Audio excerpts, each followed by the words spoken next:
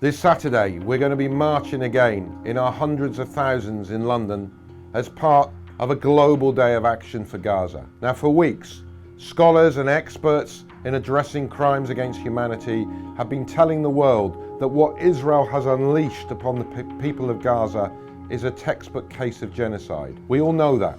We have seen the horror being unleashed across our screens, mass slaughter being live streamed. Now today, South Africa has laid the charge of genocide against Israel before the International Court of Justice.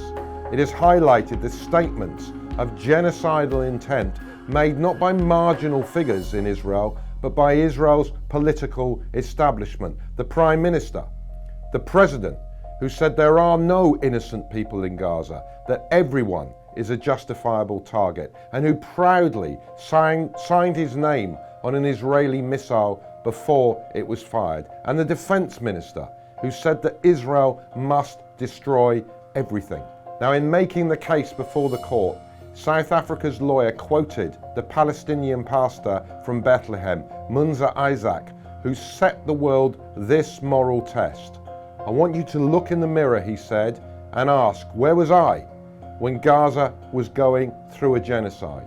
Now, our political leaders are failing this test, still refusing to call for a ceasefire. Even now, when over 22,000 Palestinians have been killed, 70% of them women and children, thousands more missing, presumed dead under the rubble of their homes, schools, mosques and hospitals. And even now, when the World Food Programme has said that 80% of the people in the world suffering famine or a catastrophic type of hunger are in Gaza.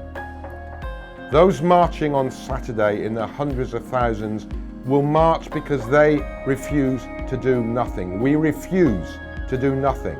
They want to show the Palestinian people that they are not alone, that there are people of conscience around the world who see their plight, who hear their cries for help, and who stand with them. But they also want to say to the governments who fail to respond, you do not represent us.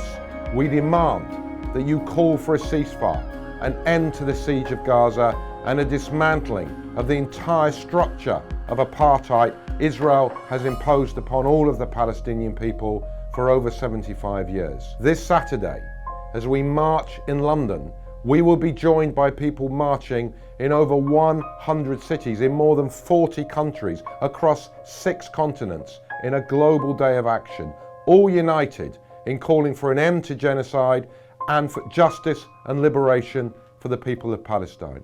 So please, be on the right side of history. Join us in London on Saturday.